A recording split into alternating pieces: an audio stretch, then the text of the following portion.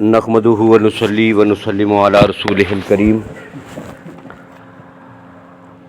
اما بعد فاعوذ باللہ من الشیطان الرجیم بسم اللہ الرحمن الرحیم یا بنی اسرائیل اذکروا نعمتی التی انعمت علیکم وانی فضلتکم علی العالمین واتقوا یوما لا تجزی نفس عن نفس شیئا ولا يقبل منها شفاعۃ ولا يؤخذ منها عدل ولا هم ينصرون صدق اللہ العظیم۔ سورہ بقرہ کی آیت نمبر 47 اور 48، ان آیات سے آیت نمبر تقریباً 62 تک بنی اسرائیل کو مخاطب کر کے ان پر کیے جانے والے انعامات کا ذکر ہے، اور پھر آگے ان کی جو سرکشیاں ہیں کہ جن کی وجہ سے انہوں نے اپنے آپ کو اور اپنے مقام کو گرا لیا تھا، ان کی جو بیماریاں ہیں ان کی نشاندہی کی گئی ہے۔ اب یا بنی اسرائیل، اے یعقوب علیہ السلام کی اولاد، پہلے یہ بات گزر چکی ہے کہ اسرائیل حضرت یعقوب علیہ السلام کا دوسرا نام تھا، اور یہ عبرانی زبان کا لفظ ہے جس کا معنی اللہ کا بندہ ہے۔ تو یعقوب علیہ السلام کی اولاد کو، جنہیں جو اپنے آپ کو یہودی کہتے تھے، یہ ان کو خطاب کیا گیا ہے۔ اذکروا، یاد کرو، نعمتی، میری وہ نعمتیں، انعمت علیکم، جو میں نے تم پر انعام کی تھیں۔ اب اگلی آیات میں پھر ایک ایک نعمت کا الگ الگ ذکر ہے کہ کون کون سی نعمتیں ہیں، اور ساتھ ہی کہا انی، اور یہ کہ میں نے فضلتکم، تمہیں فضیلت دی تھی، علی العالمین، جہان والوں پر۔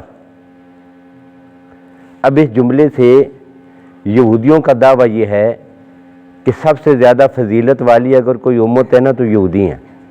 کیوں کہتے ہیں؟ تمہارے قرآن نے بھی کہہ دیا ہے انی فضلتکم علی العالمین، کہ جہان والوں پر میں نے تمہیں فضیلت دی ہے، تو فضیلت والے ہم ہیں۔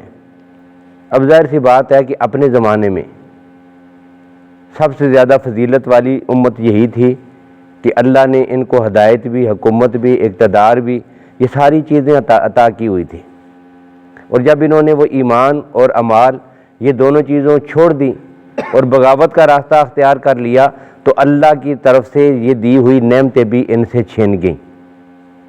اب اسی وجہ سے مفسرین نے یہاں پر دو اقوال جو ہے وہ نقل کیے ہیں، اور مفسرین نے ایک بات یہ لکھی ہے کہ جزوی طور پر تو انہیں ساری امتوں میں کچھ چیزوں میں فضیلت حاصل ہو سکتی ہے، کہ جزوی طور پر اس امت کو اپنے زمانے میں کچھ خصوصی انعامات سے جو نوازا گیا تھا، اور اس کے لیے بہترین ایک لفظ جو ہے وہ معارف القرآن میں مفتی محمد شفیع رحمہ اللہ نے ان الفاظ کے ترجمے کے درمیان میں بین سطور جملہ لکھا ہے۔ وہ کیا ہے؟ خاص خاص برتاؤ میں، فضلتکم، ہم نے تمہیں فضیلت دی ہے، کس میں؟ خاص خاص برتاؤ میں۔ اب وہ خاص خاص برتاؤ کیا ہیں؟ وہ اسی پارے میں آگے ہم چلیں گے نا تو وہاں پہ آئے گا کہ وہ فرعون جو ہے وہ تمہیں قتل کر رہا تھا، اس ظالم سے نجات تمہیں کس نے دی ہے؟ پھر جو ہے وہ تمہیں کھانے کی ضرورت تھی، تمہارے لیے مان و سلوہ کس نے اتارا ہے؟ یہ کسی امت کے پر اتنے آسان نہیں ہوئے ہیں۔ یہ فضیلتیں میں نے تمہیں ہی دی ہوئی تھیں، تمہارے ساتھ یہ سارا برتاؤ ہوا ہے۔ وَظَلَّلْنَا عَلَيْكُمُ الْغَمَامَ وَأَنزَلْنَا عَلَيْكُمُ الْمَنَّ وَالسَّلْوَىٰ، یہ ساری نعمتیں تمہیں ہی میسر آئی ہیں۔ تو یہ کیا ہے؟ یہ خاص خاص برتاؤ، وہاں یہ لفظ انہوں نے استعمال کیا ہے۔ تو مراد کیا ہے کہ جزوی طور پر انہیں بہت سارے معاملات میں دوسری امتوں سے فضیلت حاصل رہی ہے، اور بالکلیہ اپنے زمانے میں اپنے طبقے میں، اپنے لوگوں میں وہ سب سے زیادہ فضیلت والے لوگ تھے۔ لیکن کیوں تھے؟ ان کے پاس جب ایمان تھا اور اعمال تھے تو اس کی بنیاد پر اللہ نے فضیلت عطا کی تھی، اور فضیلت کا معیار قومی شرافت یا اپنا کوئی نسب یا کوئی تعلق یہ نہیں ہوتا، اور بعد میں انہوں نے جب ایمان کی دولت کو چھوڑ دیا، اس سے دور کنارہ کش ہو گئے، اللہ نے ان کو ذلیل و رسوا کر دیا، اور ان کی گمراہی کا ایک بڑا ذریعہ اور سبب بھی یہی تھا۔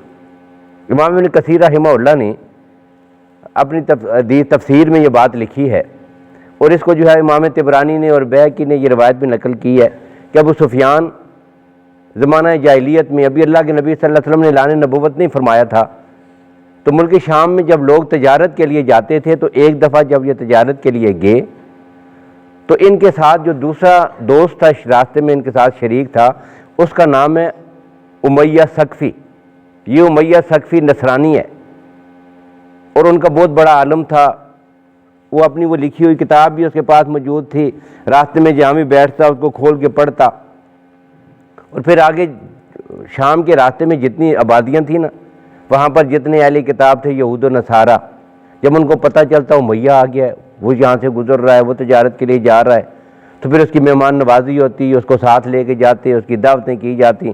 ابو سفیان کہتے ہیں یہ سلسلہ چلتا رہا، اور ایک جگہ ہم ٹھہرے ہوئے تھے تو وہ ان کی عبادت خانے میں چلا گیا، اس کا بڑا اکرام ہوا، بڑا اعزاز ہوا، استقبال ہوا۔ پھر رات بہت دیر کو وہ واپس آیا، لیکن جب وہ واپس آیا تو میں نے دیکھا کہ اس کا چہرہ اترا ہوا ہے، شکل اس کی لٹکی ہوئی ہے، پریشان ہے بڑا۔ تو کہتے ہیں کہ میں نے اس سے پوچھا، ابو سفیان کہتے ہیں کہ میں نے اس سے پوچھا بھائی خیریت تو ہے، بڑا پریشان نظر آتا ہے۔ کہنے لگا جی کوئی بات نہیں ہے، مجھ سے چھپا رہا تھا۔ کہتا ہے کوئی بات نہیں۔ اب میں نے کہا کوئی تو بات ہے، تو وہ کہنے لگی کہ جب میں نے کہا کہ کوئی بات نہیں ہے، اب وہ مجھے کہنے لگا کہ بس اور کوئی بات نہیں ہے، صرف اتنی سی بات ہے کہ آخرت کا جو عقیدہ ہے نا، اس کا ڈر اور اس کا خوف، آخرت کے خوف کی وجہ سے بس یہ مجھے جو ہے یہ احساس ہے۔ تو میں نے کہا کہ آخرت کا کون سا عقیدہ ہے، مرنے کے بعد کون سا حساب و کتاب ہوگا، آدمی مر گیا مٹی میں مل گیا، بات ختم۔ تو امیہ مجھے کہنے لگا چونکہ اہل کتاب میں سے تھا تو ان کا یہ بھی عقیدہ تھا کہ مرنے کے بعد آخرت کی زندگی ہے، تو یہ بات تو عقائد میں شامل ہے۔ اب کیا وہ کہتے ہیں کہ جب یہ بات سامنے آئی تو پھر اس موقع پر میں نے اس سے مجھے کہنے لگا کہ نہیں آخرت پر ایمان رکھنا چاہیے۔ خیر اس نے اپنی بات کو چھپا دیا۔ اب جب صبح ہوئی نا تو اس نے پھر اپنی پریشانی کی مجھے وجہ بتائی۔ کہتا ہے کہ میں ان کے پاس گیا ہوا تھا، اہل کتاب کے پاس، وہاں ان کے حساب سے بڑے وہ پادری سارے وہ بیٹھے ہوئے تھے، انہوں نے اپنی کتابیں کھول کر مجھے بتایا کہ آخری نبی جو ہے وہ ان کی نشانیاں بتائیں، اور اس نبی کی نشانیوں میں یہ بات لکھی ہوئی تھی کہ وہ جو ہے وہ نوجوان قسم کا آدمی ہوگا، رجل شاب، نوجوان آدمی ہوگا، حین دخل فی الکہولہ، جب جو ہے وہ صحیح عقل مندی اور سمجھداری کی عمر کو یعنی 40 سال کی عمر کو پہنچے گا، یظہر امرہ، اللہ کی ذات اس کے معاملے کو سب پہ عیاں کر دیں گے، وہ صلہ رحمی کرے گا، وہ لوگوں کے ساتھ انصاف کرے گا، اور اللہ کی ذات جو ہے اس کو کامیابیاں نصیب کریں گے۔ آدمی کیسا ہوگا، متوسط فی العشیرہ، اپنے خاندان میں درمیانے درجے کا ہوگا، زیادہ امیر آدمی نہیں ہوگا، متوسط طبقے کا ایک آدمی ہوگا، اللہ اس کو نبوت عطا کریں گے، اور اس کا جو لشکر ہوگا جندہ اعظم اشرف و اکرم من الملائکہ، وہ فرشتوں سے زیادہ عزت والی قوم اللہ اس کو عطا کریں گے جو اس کے صحابی ہوں گے۔ تو یہ ساری کتابیں کہتے ہیں ہماری کتابوں میں یہ لکھا ہوا تھا، رات کو انہوں نے مجھے پڑھ کے سنایا ہے، اور کہتے ہیں کہ یہ ان کے سننے کے بعد جو ہے مجھے وہ میرے ذہن میں یہ آ رہا تھا نا کہ میں اپنے خاندان میں یہ کہتا تھا کہ جو آخری نبی آئے گا وہ میں ہی ہوں گا۔ تو اب یہ ساری نشانیاں تو مجھ میں نہیں پائی جاتی، میں تو بوڑھا ہوں، میری عمر بھی زیادہ ہے، اور پھر میں مالدار بھی ہوں، اور یہ نشانیاں یہ میرے اندر نہیں ہیں۔ اب یہ کامیابی تو میرے ہاتھ سے دنیا اور آخرت کی کامیابیاں نکل گئی ہیں۔ اب اس کے بعد یہ سفر ختم ہو گیا۔ اس کے بعد ابو سفیان کہتے ہیں کافی عرصے کے بعد جب اللہ کے نبی صلی اللہ علیہ وسلم نے اعلان نبوت فرما دیا تو اعلان نبوت فرمانے کے بعد میری پھر اس سے ملاقات ہوئی۔ یمن کے علاقے میں جا رہا تھا تجارت کے لیے، تو یمن کے علاقے میں پھر وہ آدمی مجھے ملا، تو میں نے اسے کہا کہ دیکھو اس نبی نے، اب وہ شخص آ گیا، محمد بن عبداللہ نام کی یہ شخصیت ہے، آخری نبی تو آ گئے ہیں مکہ میں۔ تب اس نے کہا کہ اصل میں بات یہ ہے کہ بے شک اس آدمی نے دعویٰ کر دیا ہے نبوت کا، لیکن چونکہ میں لوگوں کو یہ کہتا تھا کہ میں ہی نبی ہوں، لہذا میں اس کی نبوت کو ماننے کے لیے تیار نہیں ہوں۔ اب یہ ہے جی وہ ان کی اپنی جو خاندانی اکڑ ہے نا کہ ہم فلاں کی اولاد تھے، ہم فلاں کی اولاد تھے، آگے ایمان نہیں لانا اور امال نہیں ہے، اور صرف جو ہے وہ اپنے نسب پر اور قومیت پر اور علاقائیت پر، اس بنیاد پر وہ اپنے آپ کو بڑا سمجھتے تھے۔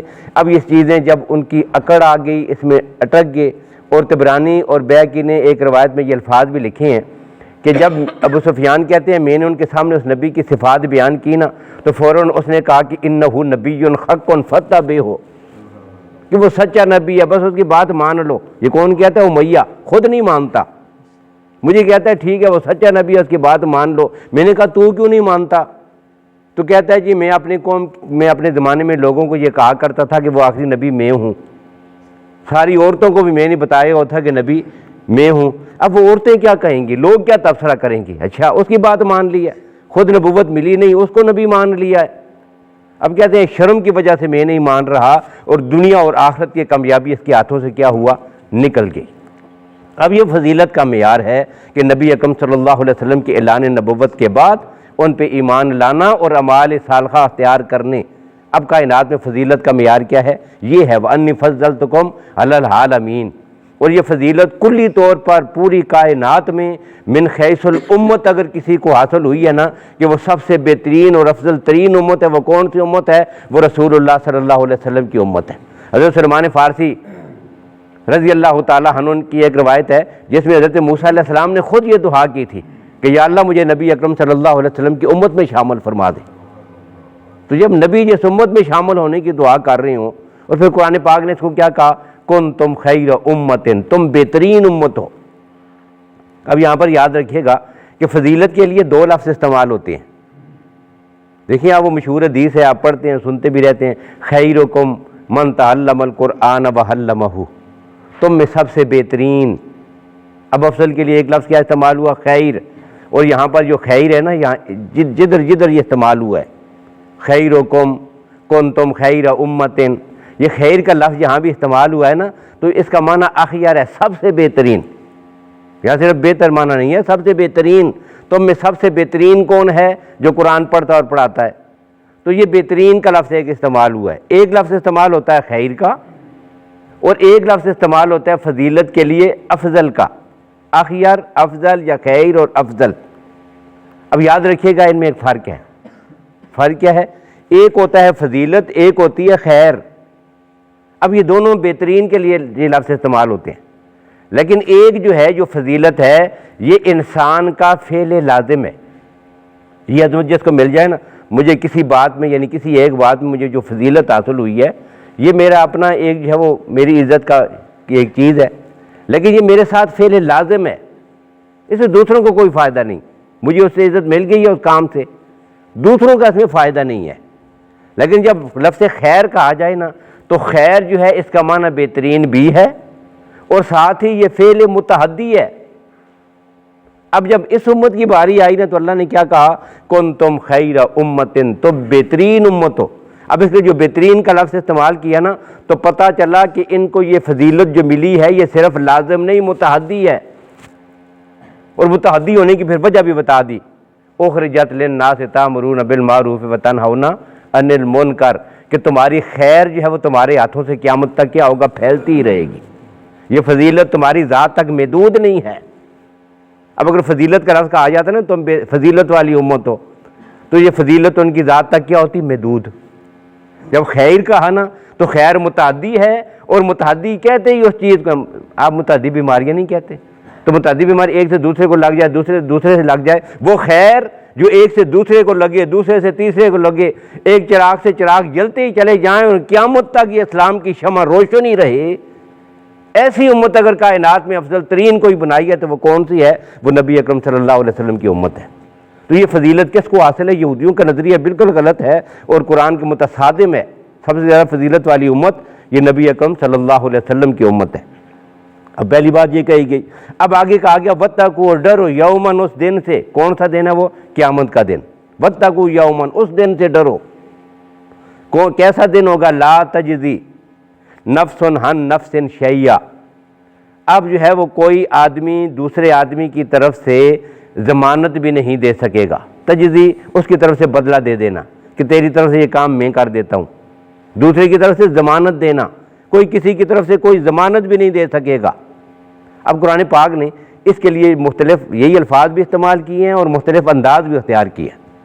ایک جگہ اللہ کی ذات فرماتے ہیں وَلَا تَزِرُ وَازِرَةٌ وِزْرَ أُخْرَى، وہاں کوئی کسی کا بوجھ نہیں اٹھائے گا۔ وَازِرَةٌ وِزْرَ أُخْرَى، دوسرے کا بوجھ نہیں اٹھائے گا، بلکہ بوجھ اٹھانا تو رہ گیا اپنی جگہ پر۔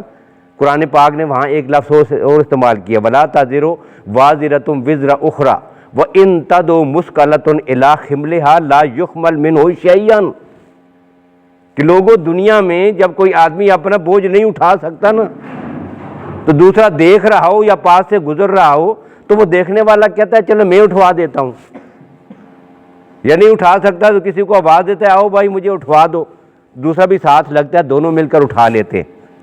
کہتے ہیں کہ وہاں اگر قیامت میں کوئی کسی کو کہے گا نہیں میرا بوجھ میرے ساتھ تھوڑا سا اوپر اٹھا دے، نہیں، کوئی اٹھا کر دوسرے کی کمر پہ لادنے کے لیے تیار بھی نہیں ہوگا۔ ایک انداز یہ اختیار کیا قرآن پاک نے، اور پھر قرآن پاک نے ایک انداز یہ بھی اختیار کیا وَخْشَوْا یَوْمًا، اس دن سے ڈرو، لا یجزی والد ہم ولدہ، والد جو ہے وہ اپنی اولاد کی طرف سے کوئی بدلہ نہیں دے سکے گا، ولا مولود ہوا جاز ہم والدہ شیئا، اور اولاد اپنے والدین کی طرف سے کوئی بدلہ دینے کے لیے تیار نہیں ہوگی، اتنا سخت دن ہوگا۔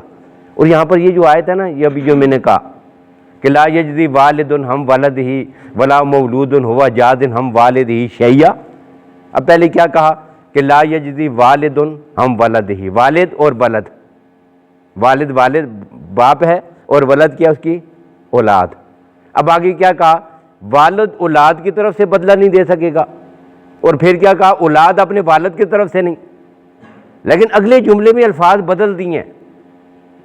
کیسے؟ پہلے جملے میں کہا والد اور ولد، اور دوسرے جملے میں ولد اور والد کہنا چاہیے تھا نا، ولد اور والد کہنا چاہیے تھا، لیکن دوسرے جملے میں ولد اور والد نہیں کہا، مولود اور والد کہا۔ اب یہ ولد اور مولود میں کیا فرق ہے؟ تو ولد اور مولود میں یاد رکھیے گا فرق کیا ہے۔ ولد کہتے ہیں اولاد کو، اور ولد کا لفظ جو ہے وہ حقیقی اولاد کے علاوہ پوتا، نواسا، نواسے، نواسیاں ان کے لیے بھی استعمال ہوتا ہے، اور اس کے علاوہ وہ اولاد کے جو حقیقی نہ ہو اس کے لیے بھی استعمال ہوتا ہے، جبکہ لفظ مولود بیٹوں کے لیے اور حقیقی اولاد کے لیے استعمال ہوتا ہے، اس میں اور کوئی شامل نہیں ہوتا۔ اب اس لفظ سے کیا ہوا؟ پھر اللہ نے بتا دیا اگر کوئی کسی کا سکا اور حقیقی بیٹا بھی ہو نا، وہ بھی اس کی طرف سے بدلہ دینے کے لیے تیار نہیں ہوگا۔ اس سختی کے اظہار کے لیے قرآن نے انداز بدلا ہے، ولا مولود ہوا جاز ہم والدہ شیئا۔ اب ایک بات یہ کہی گئی ہے، دوسرا کہا ولا یقبل منہا شفاعۃ، ان سے کسی قسم کی کوئی سفارش بھی قبول نہیں کی جائے گی۔ اب شفاعت کسے کہتے ہیں؟ تو لفظ شفا کا معنی ہے، لفظی معنی اس کا ہوگا جوڑنا۔ لفظ شفا کا لفظی معنی کیا ہے؟ شین، فا اور عین، شفا، اس کا معنی ہوتا ہے جوڑنا۔ اسی وجہ سے ایک آدمی کی زمین دوسرے کے ساتھ جب جڑی ہوئی ہو نا، عربی کو سمجھے آپ، ایک آدمی کی زمین ہے، اس کی زمین دوسرے آدمی کے ساتھ کیا ہے؟ جڑی ہوئی۔ ایک آدمی نے اپنی زمین بیچ دی ہے، لیکن بیچی کسی اور آدمی کو ہے، جس کے ساتھ جڑی ہوئی تھی اس کو نہیں دی، اب اس کو ایک حق حاصل ہے، کیا؟ اس کو کہتے ہیں حق شفا۔ کیوں؟ میری زمین اس کے ساتھ جڑی ہوئی ہے، لہذا اسے مجھے دینی چاہیے تھی، پہلے مجھے پوچھتا، بعد میں کسی اور کو دیتا۔ اب یہ جو وہ جا کر کیس کرتا ہے اس کو آپ کیا کہتے ہیں؟ شفا، یہ حق شفا ہے۔ اب شفاعت کا معنی کیا ہے؟ کہ میں اپنی ایک درخواست پیش کروں کسی کے سامنے، دوسرا کوئی آئے اور میری درخواست پر اس کے سامنے جا کر میری تائید کرے، جا کے کہہ دے جی اس کی درخواست قبول کر لیں، اس کو کیا کہتے ہیں؟ شفاعت۔ اور یہی وہ شفاعت ہے کہ جو قیامت کے دن مختلف قسم کے طبقات کریں گے۔ اللہ کے نیک بندے شفاعت کریں گے، اللہ کا قرآن شفاعت کرے گا، رمضان کے روزے شفاعت کریں گے، حفاظ قرآن حافظ اپنے خاندان کے 10 آدمیوں کی شفاعت کر کے انہیں جنت میں لے کے جائے گا، یہ شاید شفاعت ہوگی۔ اور سب سے بڑی شفاعت کبریٰ یہ نبی اکرم صلی اللہ علیہ وسلم کی ذات کریں گے اپنی امتوں کے لیے۔ وہ کہیں گے یا اللہ ان کو معاف کر دے، یہ اپنی بات کو دوسرے آدمی کی بات کے ساتھ جوڑ کر اس میں وزن پیدا کر کے اس کی سفارش کرنا۔ اب اللہ کہتے ہیں قیامت میں ایسا بھی نہیں ہوگا، ان کے لیے نہیں ہوگا۔ اور تیسرا ولا یؤخذ منھا عدل، معاوضہ لے کر جرمانہ لے کر چھوڑ دیا جائے، ان کے لیے یہ بھی نہیں ہوگا۔ ولا ہم ینصرون، ان کی مدد بھی نہیں کی جائے گی، کوئی جتھا ہو، کوئی گروہ ہو، کوئی جماعت ہو۔ اب دیکھیں مفسرین نے لکھا کہ قرآن پاک نے یہاں پر 4 صورتیں ذکر کی ہیں۔ دنیا میں کسی کی مدد کرنے کے لیے یا کسی کو چھڑانے کے لیے 4 ہی طریقے ہیں بھائی، اس کی طرف سے ضمانت دے دے، نمبر 2 اس کی سفارش کر دے، نمبر 3 اس کی طرف سے جرمانہ بھر دے۔ یہ تینوں صورتیں نہ ہوں پھر وہ اس کے پاس قوت، طاقت اور جتھا ہو، زبردستی جا کر ان کو چھڑا کے لے آئے۔ بس یہ 4 ہی طریقے ہیں۔ اللہ کہتے ہیں قیامت میں تمہاری طرف سے یہ 4 طریقے کامیاب نہیں ہوں گے، تم ناکام ہی رہو گے۔ یہ صورتیں ذکر کی گئی ہیں۔ اور یہاں پر مفسرین نے پھر ایک بات اور بھی لکھی ہے، وہ بات ذکر کر کے بات ختم کرتے ہیں، وہ یہ ہے کہ مفسرین نے یہ لکھا کہ کبھی کبھی قرآن پاک کا انداز یہ ہے، اور عربی میں عموماً ایسا ہوتا ہے کیا کہ لازم کی نفی کر کے ملزوم کی نفی مقصود ہوتی ہے۔ یہاں پر وہ کیسے ہے کہ اللہ کی ذات کہتے ہیں تمہاری شفاعت بھی قبول نہیں ہوگی، تمہاری طرف سے کوئی فدیہ دینے والا بھی نہیں ہوگا، اور تمہاری طرف سے جو ہے وہ کوئی جتھا بھی نہیں ہوگا۔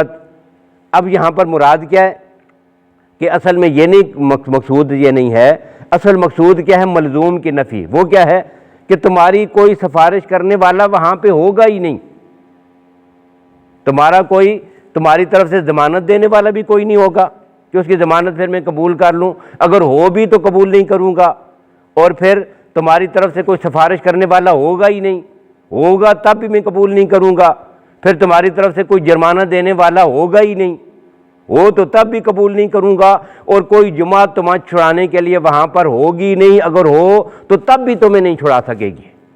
گویا کہ دونوں چیزوں کی نفی کر دی گئی ہے۔ تو یہ ان آیات کی جو ہے مختصر سی تشریح ہے، اللہ کی ذات نے ان کو یاد دلا دیا، ان کی نعمتیں بھی، ان کی فضیلت بھی، اور پھر آگے چل کر جو نعمتیں کی تھی نا، ایک ایک نعمت کا الگ الگ ذکر ہے، انشاءاللہ اس کی تشریح کل آئے گی۔ اللہ تعالی ہمیں قرآن و سنت کو سمجھنے کی، اس پہ عمل پیرا ہونے کی توفیق نصیب فرمائے۔